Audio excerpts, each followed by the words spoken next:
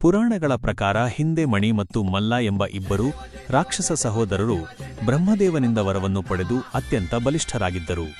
ಇವರು ಭೂಲೋಕದಲ್ಲಿ ಋಷಿ ಮುನಿಗಳಿಗೆ ಮತ್ತು ಜನಸಾಮಾನ್ಯರಿಗೆ ವಿಪರೀತ ತೊಂದರೆ ನೀಡುತ್ತಿದ್ದರು. ಶಿವನ ಅವತಾರ. ಈ ರಾಕ್ಷಸರ ಉಪಟಳವನ್ನು ತಡೆಯಲು ದೇವತೆಗಳು ಶಿವನನ್ನು ಪ್ರಾರ್ಥಿಸುತ್ತಾರೆ. ಆಗ ಶಿವನು ಮಾರ್ತಾಂಡ ಭೈರವನ ಖಂಡೋಬ ರೂಪದಲ್ಲಿ ಭೂಮಿಗೆ ಇಳಿಯುತ್ತಾನೆ. ಈ ಖಂಡೋಬನು ತನ್ನ ಸೈನ್ಯದೊಂದಿಗೆ ಹೋಗಿ ಈ ಇಬ್ಬರು ರಾಕ್ಷಸರ ಜೊತೆ ಭೀಕರ ಯುದ್ಧ ಮಾಡುತ್ತಾನೆ.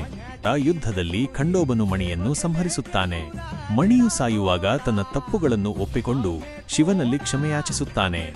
ಆದ್ದರಿಂದ ಅವನಿಗೆ ದೇವಸ್ಥಾನದಲ್ಲಿ ಸ್ಥಾನ ಸಿಗುತ್ತದೆ. ಇನ್ನೊಬ್ಬ ರಾಕ್ಷಸ ಮಲ್ಲನನ್ನು ಕೊಲ್ಲುವಾಗ ಅವನೂ ಕೂಡ ಭಕ್ತಿಯಿಂದ ಶರಣಾಗುತ್ತಾನೆ. ಅವನ ಹೆಸರಿನಿಂದಲೇ ಖಂಡೋಬನಿಗೆ ಮಲ್ಲಾರಿ ಮಲ್ಲನ ಶತ್ರು ಎಂಬ ಹೆಸರು ಬಂದಿತು. ಹಳದಿ ಹಬ್ಬ ಭಂಡಾರ. ಖಂಡೋಬನಿಗೆ ಹಳದಿ ಬಣ್ಣವೆಂದರೆ ಬಹಳ ಪ್ರೀತಿ. ಜೇಜೂರಿಯಲ್ಲಿ ಭಕ್ತರು ದೇವರಿಗೆ ಅರಿಶಿನವನ್ನು ಭಂಡಾರ ಅರ್ಪಿಸುತ್ತಾರೆ. ದೇವಸ್ಥಾನದ ಇಡೀ ಪರಿಸರ ಅರಿಶಿನದಿಂದ ಚಿನ್ನದಂತೆ ಕಂಗೊಳಿಸುತ್ತದೆ. ನವದಂಪತಿಗಳು ದೇವಸ್ಥಾನಕ್ಕೆ ಬಂದಾಗ ಗಂಡನು ಹೆಂಡತಿಯನ್ನು ತನ್ನ ಕೈಗಳಲ್ಲಿ ಎತ್ತಿಕೊಂಡು ಧನುಷ್ಕೋಟಿ ಮೆಟ್ಟಿಲುಗಳಿಂದ ಕನಿಷ್ಠ ಕೆಲವು ಮೆಟ್ಟಿಲುಗಳನ್ನಾದರೂ ಹತ್ತುವ ಸಂಪ್ರದಾಯವಿದೆ. ಇದು ಅವರ ವೈವಾಹಿಕ ಜೀವನದಲ್ಲಿ ಪರಸ್ಪರ ಬೆಂಬಲ ಮತ್ತು ಪ್ರೀತಿಯ ಸಂಕೇತ ಎಂದು ನಂಬಲಾಗಿದೆ.